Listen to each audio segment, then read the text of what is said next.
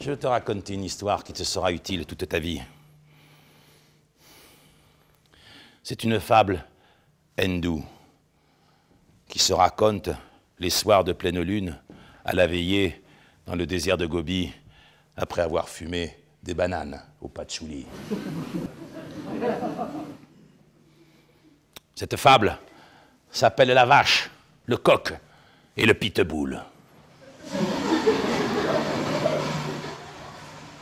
C'est l'hiver. Il fait très très froid. Des coyotes en rut ululent bêtement derrière les dunes.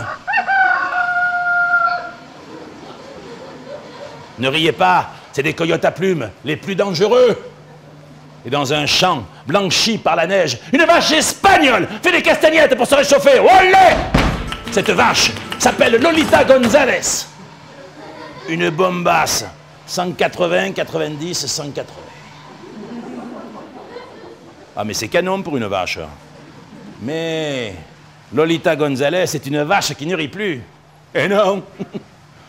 Barbouillée par les poivrons de la paella de midi, elle baisse subitement son string léopard et projette en échappement libre un bousin mémorable.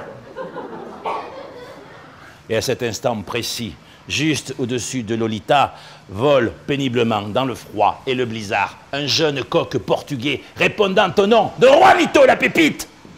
Il a froid, il a du givre sur les bonbons. Et un moment où il se dit « Ah, gla gla, pour moi sonne le glas !» Il se prend en plein bec l'odeur de la paella de Lolita. Et par instinct de survie, il plonge dans la bouse.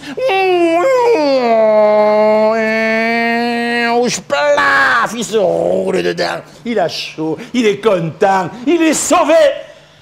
Mais ce jacuzzi naturel déclenche chez Juanito le fameux cri du coq en rut. Et c'est là, oui, c'est là que surgit de la clairière voisine Roro le pitbull en pleine dépression. Oui, oui, Roro le pitbull déprimé depuis que sa femme Josette l'avait quitté. Josette, chienne coquette croisée levrette, avait quitté Roro le pitbull pour suivre un coq provençal qui s'appelait Fernand. Et là, il faut savoir que le Roro, il ne s'était jamais remis du départ de la Josette.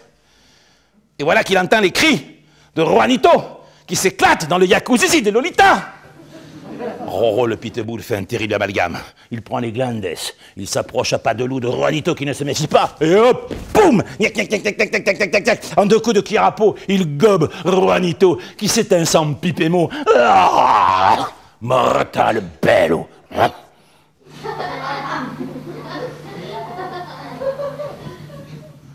Lolita González, sous le choc, ne dit pas un seul « mmm ». Elle resta bouche bée. Voilà, c'est fini.